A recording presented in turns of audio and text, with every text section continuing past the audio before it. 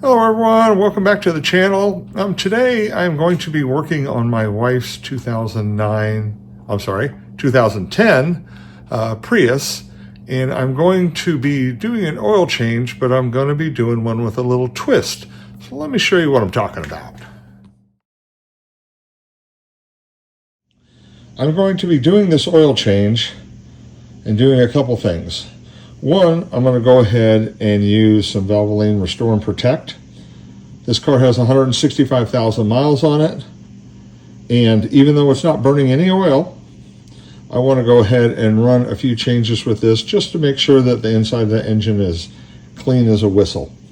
So I'm also going to be changing out the cartridge type of oil filter for just a plain spin-on.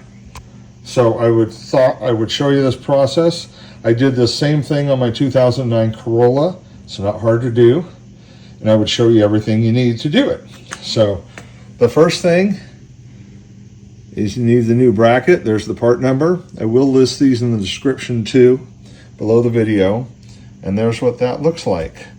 So there are simply 4 bolts that hold it on, and there's two O-rings, one that will seal here and here. And then there's this part right here. This is just the little union that threads in right here and allows you to spin on the oil filter. And then we have the O-rings. There's the part number for the O-rings, and there they are. And then the 4 bolts to that part number and what they look like. 4 10mm bolts. So you will also need one filter. You can either use the YZZ N1 or the F1. The F1 is also, it's the same thing, but it's longer, so it has more filtering capability. So I use the F1s most of the time, and there's a couple cars that the N1s are easier to use because they are shorter. Just depends on how it's positioned in the car and how you can get your oil filter cap on it to get it moved. So I'm going to show you how we're going to do this. So a lot of people have asked about this in the past, and so I'm going to go ahead and show you how simple it is to do it. So real quickly too, for the oil change part, and this is something I really like about this Motive Tools. So this oil filter cap to remove everything, it works on the cartridge type and the spin-on type. So same one does both. It's beautiful. Underneath the Prius, I have to remove the little flap to get to stuff.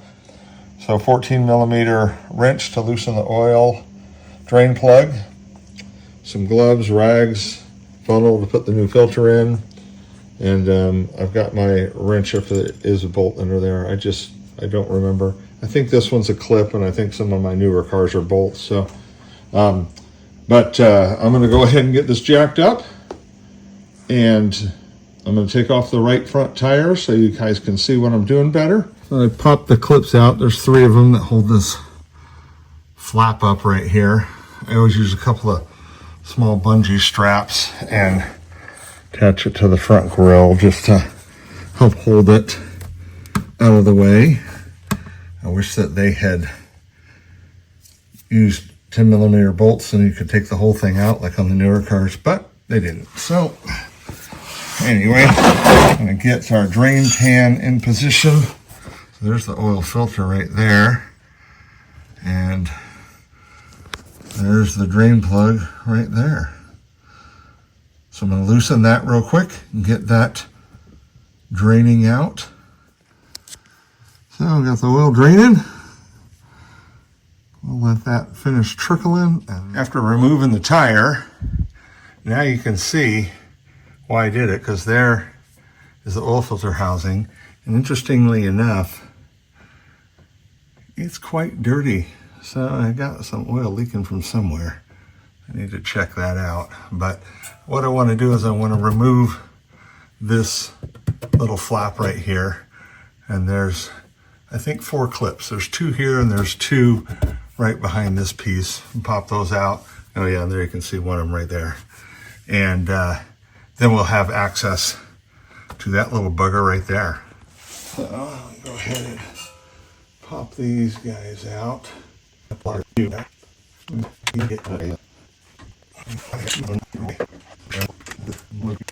Well, I got you here. If you guys like these kind of things where I always try to show you how to do things, I take my time and try to be very thorough so anybody else can do it if they've never done it before. And if you appreciate that kind of thing, sure would appreciate you hitting the like button and subscribe. And if you already subscribed, I appreciate it. And keep coming back. So there's 3. Now I need to find the one that's right behind here. There it is. Oh, there must be another one farther up, but that's okay. I can just pivot that down.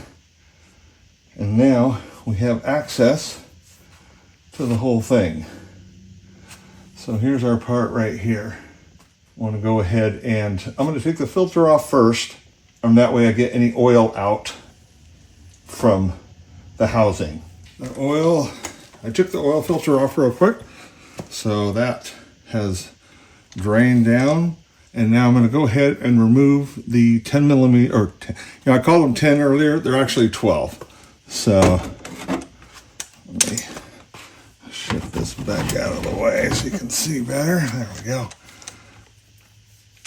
Let's go ahead and take all these guys off. It's nice that you'll have new bolts to go on it. It looks like they did put some thread locker on there. Kind of see that there. Either that or anti-seize, one or the other. The bolts are out. So now I've got to pull it off. So there's the old one. Canister style. Nothing wrong with this one. Anybody need a new one? So a little pick tool just to get these O-rings out of here. There's one. There's 2. Just gonna wipe those off really good. I want to show you something. So here's the piece that is screwed in, that the filter screws onto, but in the middle of it here it takes a 12 millimeter Allen. So most Allen sets only go up to 10, but you need a 12 for this, so make sure that you have a 12 and you just snug it down in there and you should be good to go. So I've got my new O-rings here. I'm going to just kind of like you do with like your gasket on your oil filter. I'm just putting a little bit of oil on it just so it seals properly. I'm just gonna seat it right in there. I'll do the same thing with the other one. There we go. Okay. Looking at the bolts, actually looks like they already have something on the threads. Okay.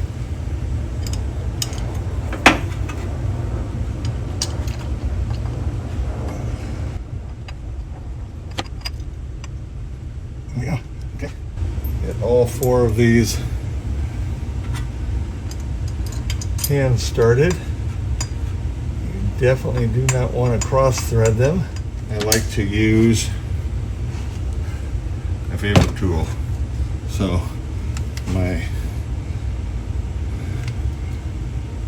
low torque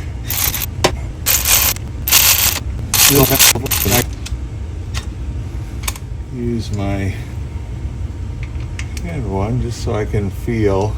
I'm not going to crank down on these super hard. They're nice and just get them nice and snug. And that is it. That is how easy that is to change. Super, super simple.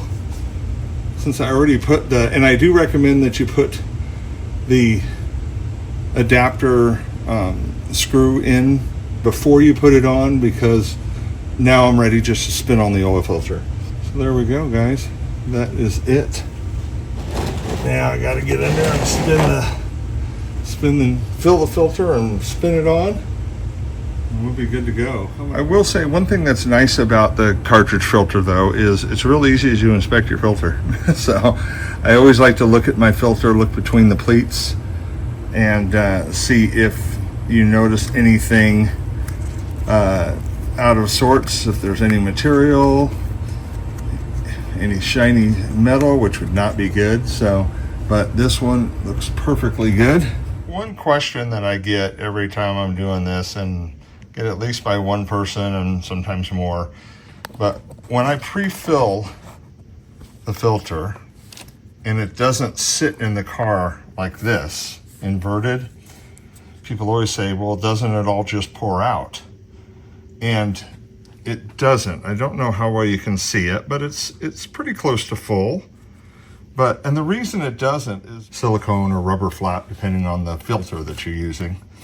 So as soon as you get this up by the threads, the oil can't come out. So as soon as I push it up to that bolt and start spinning it, the oil doesn't come out and it stays in the filter. And that's why you get very little oil that will run out of it. Okay, thread it on. Get over and see it. There it is. So I always lose a little bit, but it's not very much. It's amazing how much this little filter holds as you start to fill it up, and the filter inside itself kind of soaks up everything. I can get these snug down just fine with my hand. As it usually says 3/4 of a turn after contact. So one thing I want to point out, before you put your drain plug back on, make sure you always pop the old gasket off. If you stack two of them, it will leak. You will have oil kind of pissing all over the place. So don't do that. So these were the clips that I took off of that little panel, and they get dry and they get brittle and they break.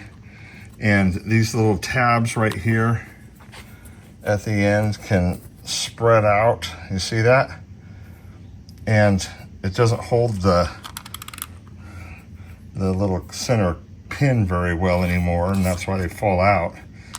They just get less elastic over the years. But here's same thing. You can see that, same exact size. Got a bag of them here. So I buy different Toyota clips, so I have them. And most of the time I can find one that's exactly the same, or it's so close that it doesn't matter. So I'm going to replace the 4 clips that I pulled out of there. Okay.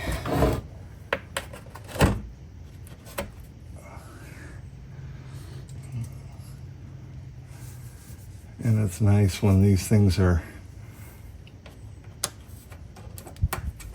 new and they slip in so perfectly. There's 2 of them. Number 3 is easy enough to see. Number 4 is hard to show you, but if you decide to do this, you'll see it. And look at how beautiful that looks. Oh yeah, I love it. Let's get the old drain plug pop back on. I've made sure the old gasket was off, and I can feel that it's gone. So I got the new gasket on the bolt. And this is another one of those things, don't over tighten it, just snug it down good. There we go. I'm just giving a gentle pull on it to make sure that it's snug, but it's not on there like crazy. So, okay, that is done. Now I just got to put some oil in it. One thing I want to point out too is that for safety, I do the jack stands, but then I still leave the hydraulic jack with just a little bit of pressure on it, just so that way there's 3 points of pressure. So, okay, I'll go ahead and fill this bad boy up now, and then we'll start her up.